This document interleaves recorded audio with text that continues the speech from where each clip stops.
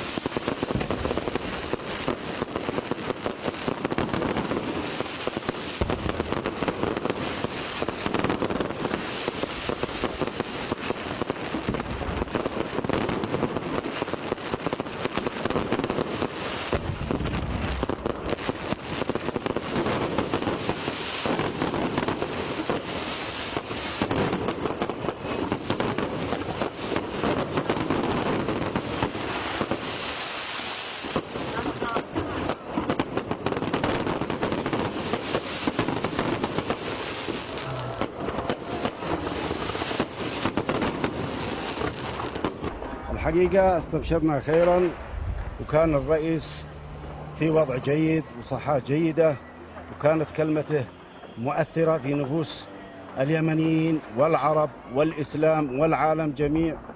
ألقى كلمة مؤثرة تدل على تماسكه، وكان يظهر عليه رباطة الجأش والشجاعة الذي أبداها، كما أنه بصراحة استطاع أن يكسب حتى أعدائه، وأن أعدائه الآن متوارين خلف الأستار.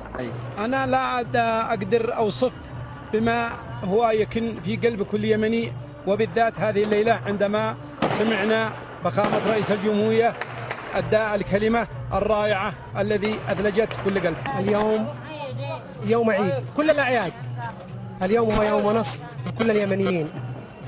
اليوم ولد الشعب اليمني من جديد المحب للقائد الرمز المشير علي عبد الله صالح. ومن هنا أشكر ملك المملكة العربية السعودية الملك عبد الله بن عبد العزيز وولي عهد الأمين حفظهم الله على الرعاية الكريمة لفخامة الأخ الرمز المشير علي عبد الله صالح. وأنا عاجز عن التعبير، لأن ما حصل اليوم أثلج صدور جميع اليمنيين والمحبين في العالم للقائد الرمز. والله شعور لا يوصف، وفرحتنا كبيرة جدا بظهور قائدنا وأبونا ورئيسنا وحبيبنا المشير علي عبد الله صالح. وصدقني لا أستطيع أن أصف شعوري. نحمد الله على عودته، على شفاء الأخ الرئيس علي عبد الله صالح، ونتمنى له العودة في أقرب وقت ممكن إن شاء الله. والله شعورنا مرتاحين تمام للآخر. أصف شعوري بكامل الفرح والسرور ورغم كل الحسود وكل الأمراض وكل الحاقدين، وسوف يرجع علي ويظل علي حتى آخر قطرة من دمائنا. ونحن نقول له الحمد لله على سلامتك يا فخامة الأخ الرئيس، وسوف نظل معك حتى آخر قطرة من دمائنا، ونعاهد الله ونعاهدك أن نحن نكون معك وإلى جانبك إن شاء الله. أقول للمشترك والدعاة الردة والانفصال موتوا بغيظكم، الرئيس سيرجع يحقق ما تم ما أردتوا أن تهدمونه، والشعب هو صاحب القرار بالأول والأخير ولا يحق لهم تحديد المصير، والشعب يريد علي عبد الله صالح حتى الموت حتى آخر قطرة من دمائنا. الحقيقة شعور يعني شعور فياض عند يمكن وصف هذا الشعور.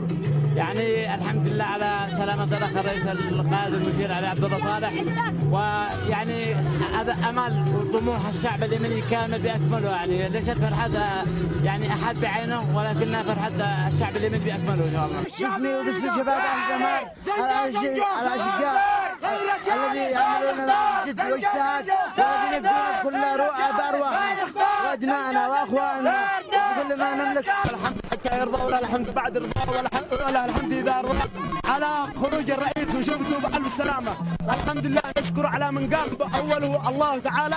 ثم الملك عبد الله ثم من قام منه ومن أعوانه ونشكرهم. ونحن جايين اليوم نعبر كلمة تعبر بها حارات وجميع حواري صنعاء، ومع ذلك نؤكد على أن الشعب اليمني معه سوف يكون رجالا ونساء وصبيان وأولاد وصغار وكبار.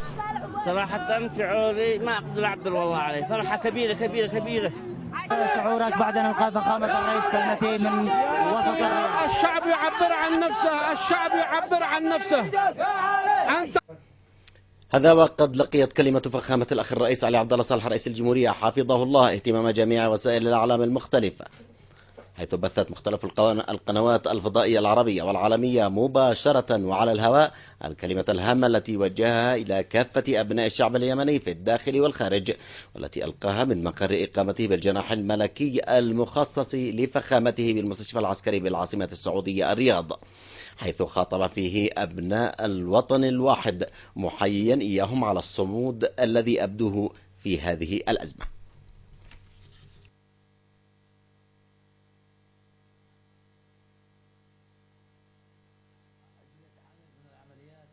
لعدد من المسؤولين مثل رئيس مجلس النواب ورئيس مجلس الشورى.